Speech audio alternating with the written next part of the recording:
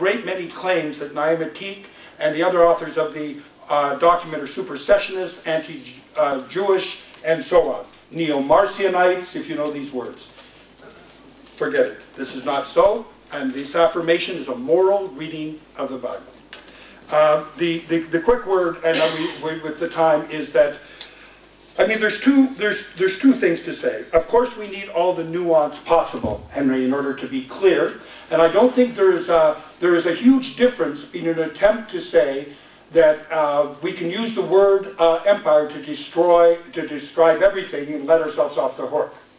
But there's also a willful blindness to confronting the actual structures of economic, social, political, cultural power with the religious justification, seeing how they work, who they're destroying, and who they're hurting. An example that was always given to me dramatically when I did visit Europe was a time when there was when the Germans swept across the fields of some people and destroyed everything. 3 soldiers stayed behind and fixed the door of the farmhouse. Now those 3 soldiers helped him. They fixed the door. So I want to go to a great back to my talk, is that there is a biblical interpretation that the empire of Cyrus was God-given because it helped, because the Persian Empire created the condition for the return from Babylon. There's a theological interpretation that the Roman Empire prepared the conditions for the coming of Jesus. I want to say, I reject this notion of the benign empire. You can find authors like Michael Ignatieff who talk about the burden of empire. So it would be good to continue to dialogue. You've raised a point that is very much a point of discussion, but I would say what I was trying to present, there is, and I shared a definition, a clear definition of the confluence of empire. It is now beyond nation states, but it does have a texture. It's like a river, it has banks, you can see where it flows. It's wide and vast, streams come in, but it has a shape and form. And of course, in 25 minutes we can't deal out a refine, but there are tools that we can use to say, what is this empire about which we're against? And it is not a general name-calling about all questions of power and authority, but we have been far too compliant in not challenging those things that destroy, because empires always privilege some people. When you're in a privileged spot, it definitely looks better for you.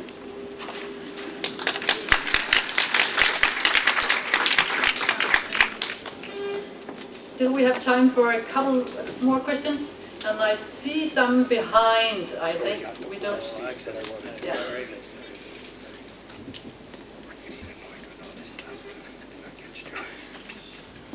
I'm Joel Luis from California. My question is for the professor. There were 2 monotheistic religions at the time of Constantine. Why wasn't Judaism chosen rather than Christianity?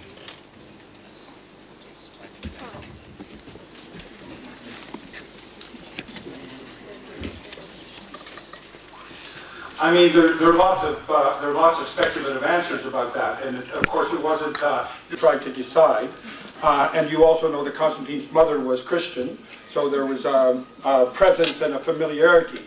But Doug Hall would argue that one of the reasons is because in that sense there was the issues that I mentioned, that implicit in some of the Christian writings were, and especially the understanding, Augustine was particularly attracted to the doctrine of Jesus as Lord, and the idea of a workable, transplantable, compliant lordship theology. So that's a brief answer.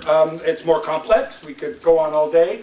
But the idea is that although as a counter-imperial slogan, Jesus is Lord, was seen how it could easily be a unifying signal. And Constantine was also very impressed that people were prepared to die in great numbers rather than renounce Jesus. Thank you. 2 more questions behind. I don't see any at the left and the right. John Otto Lillian-Stolpe from Seattle. Not read them, not see them as part of our history. As someone who's trained in family therapy, I'm acutely aware of what happens to families when they suppress an unsavory part of their history, make it a family secret. It seems to me that all religion is an evolutionary process, and looking back on where we came from, there are things that we ourselves cannot identify with, but at the same time we can't understand who we are unless we accept and understand that that history is part of the history of our evolution that brought us to where we are. That's a problem I'm having with your position.